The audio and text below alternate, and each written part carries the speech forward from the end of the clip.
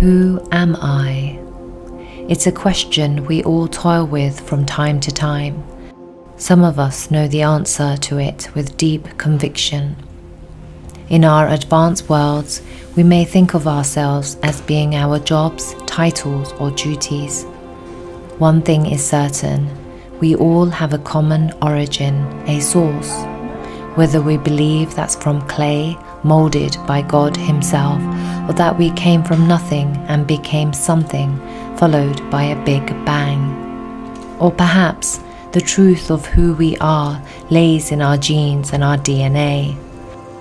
Or it may be that the answer to who I am is much simpler than all of these theories. Maybe I don't have to read textbooks from millennia ago, nor analyze stardust to truly understand myself. Perhaps the answer is in my everyday life.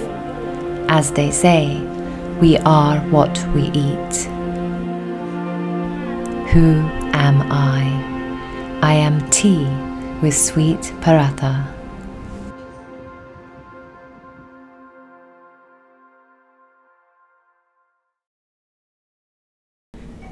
Singapore is a diverse country with many beautiful and distinct cultures.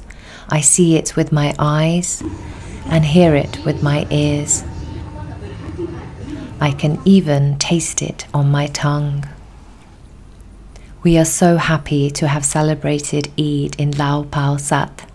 This old market is a beautifully restored labyrinth of neatly aligned units cooking up various cuisines. Even under unflattering harsh white light, the food shines. Here began my addiction to ayam penyet. This is an Indonesian dish with fried chicken served with rice, fried tofu, chicken soup, and a fiery, deeply seductive sambal. We failed to move from this stall because it was so good and went up for seconds, this time for beef penyet. I realized that this dish includes smashing the fried meat or chicken, which isn't something I have seen before. My only explanation for being addicted to ayam penyet now is that it's pounded with extra love. We have never experienced Eid as a national public holiday before, so it was both a joyous and emotional day where we could celebrate a part of who we are, but on new lands. It was even more beautiful to celebrate with the entire island, irrespective of faith. Singapore has become my muse that is awakening my hungry inner child, and the food has been healing as I delve further into this year of rest, reflecting, resting, and eating. Who am I? I am ayam penyet.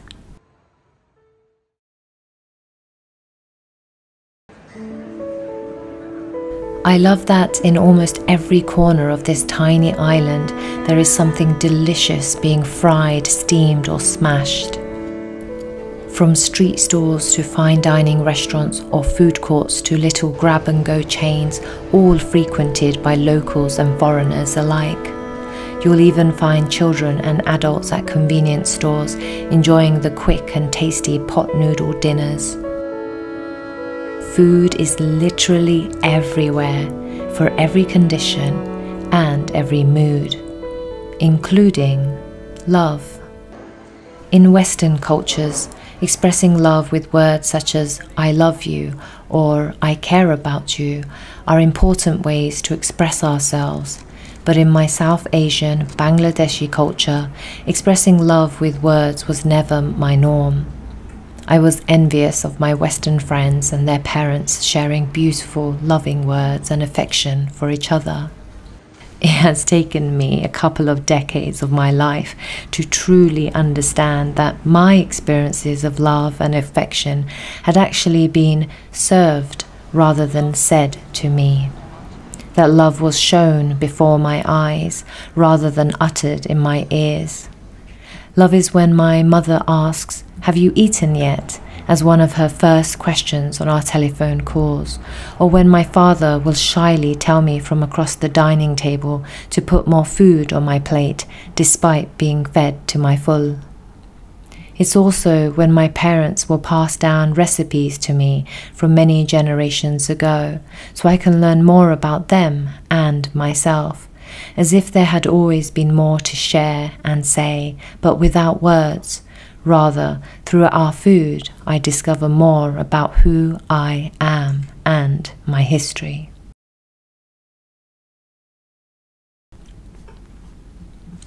May I share a childhood memory with you for a moment?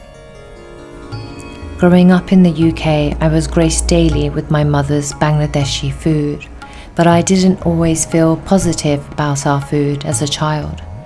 Where I grew up, I had sadly experienced racism at times, often in classrooms and on the playground, with some children using the slurs they heard so freely by their own parents in their own homes. It was not everyone, because there are people who are also very kind, and I believe all children are innately innocent. But it was enough to cause the pain that still haunts me to this day, this feeling of being othered, and where my food was used as a weapon against me. My clothes would be perfumed delicately with a hint of cumin that turned up noses. My hands tinted with a slight yellow glow from the turmeric made me a golden target. I wish I could hold that little girl now. Like many third culture children, I found my younger self denying and rejecting her roots, wanting to belong, and so she began to push the plate away that her mother would make for her, filled with delicate white rice and chicken, meat or fish bathed in a glorious spicy gravy. As I grew older and travelled, I learnt more about myself and exercised the pain of estrangement and replaced it with compassion and love.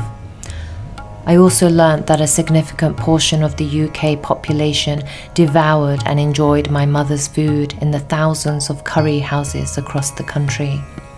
I am certain that the children who used to call me unkind names will frequent them too, leaving with their bellies full and their fingertips tinted golden. I wonder if their clothes, fragranced with fennel and coriander, reminds them of me. Who am I? I am my mother's glorious food.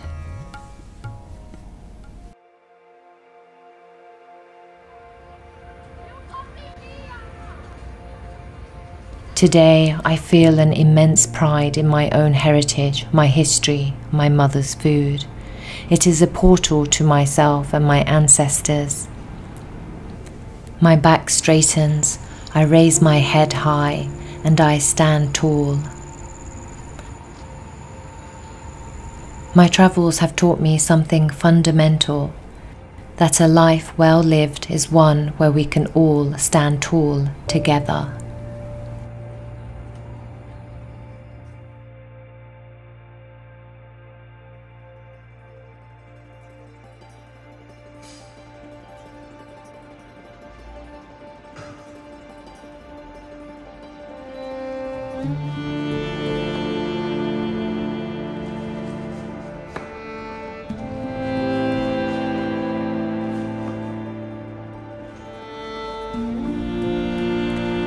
Words matter, whether they are loving or hurtful. Oh, how they matter, as my Western influences in my life have taught me. But it is my parents' culture that reminds me how the language of love transcends the words we speak and understand. Words are sounds that we apply meaning to, and so I apply care to every crackle, joy to every bubble, and love to every sizzle. Words will always matter, but it's the actions that complete the story. The two must go hand to mouth. Third culture children know this better than anyone. Who am I? I am many things.